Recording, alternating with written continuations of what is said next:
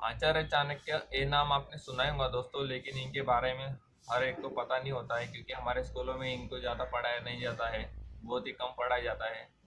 हर एक को पता नहीं होता है। आचार्य चाणक्य ये भारत के प्रधानमंत्री भी थे और एक बड़े अर्थशास्त्री जी थे। आज तक इनके जैसा पूरी दुनिया में अर्थशास्त्र नहीं हुआ।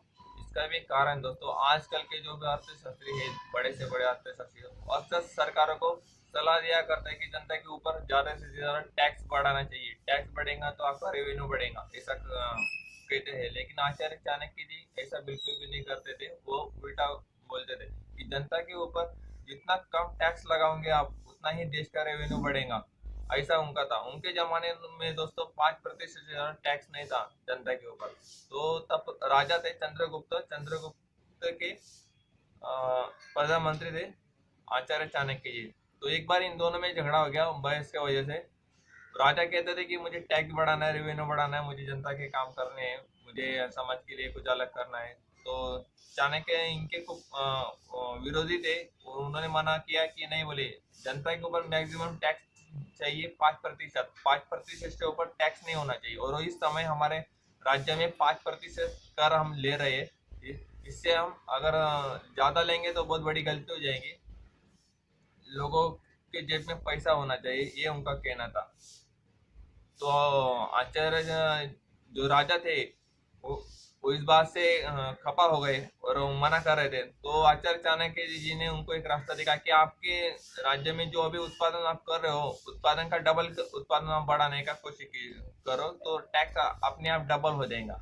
जो भी आप प्रोडक्ट कर रहे हो, बना रहे हो, जो चीजें बेच रहे हो आपके राज्य में, उसका उत्पाद डबल कर दीजिए तो आपका टैक्स बढ़ जाएगा। टैक्स बढ़ाने की जरूरत नहीं है। तो राजा ने वही किया और टैक्स बढ़ाने के बजाय उत्पादन बढ़ा दिया, अपने आप टैक्स बढ़ गया। इस तरह थे आचार्य चाणक्य। तो इसका क्या हुआ, राजा के हाथ में ज्यादा पैसा आ गया, टैक्स बढ़ गया। तो अब अभी हमारी सरकारों को भी यही करना चाहिए दोस्तों। आज की सरकार को आचार्य चाणक्य जी के जो फॉर्मूले थे, उनको उनके जो सिद्धांत थे, उस सिद्धांत के ऊपर चलने चाहिए। आज कुछ भी आप लेने जाओ तो हर साल में 6 महीने में टैक्स बढ़ जाता है। कोई बाइक अगर खरीदने जाएंगे तो 28% जीएसटी लगता है।